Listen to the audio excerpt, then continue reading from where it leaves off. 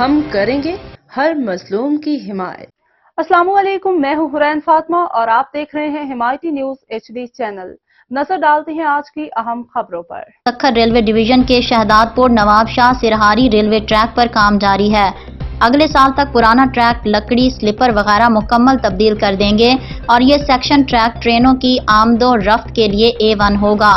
Divisional superintendent railway Sukkur division فرمان غنی کی media سے بات چیت۔ Divisional superintendent railway Sukkur division فرمان غنی نے کہا ہے کہ یہ تاثر غلط ہے کہ سکھر ریلوے ڈویژن کا ٹریک ٹرینوں کے چلنے کے قابل نہیں۔ ریلوے ٹریک سے روزانہ اپ ڈاؤن درجنوں ٹرینیں چل رہی ہیں۔ کچھ ریلوے ٹریک جیسے سرہاری، نواب شاہ اور شہداد پور ریلوے ٹریک پر کام چل رہا ہے اور اس سال کے فنڈز میں سکھر ریلوے ڈویژن کے ٹریک کو مزید بہتر سے بہتر بنا دیں گے۔ ان خیالات کا اظہار انہوں نے اپنے انسپیکشن کے دوران ریلوے سکھر ڈویژن کے مختلف اسٹیشن پر میڈیا سے بات چیت کرتے ہوئے کیا۔ DS ریلوے نے کہا کہ پڈ ایدن اور سکھر ڈویژن دیگر تمام ریلوے ٹریک کے پرانے لکڑی، سلیپر اور پرانا ٹریک تبدیل کر دیں گے۔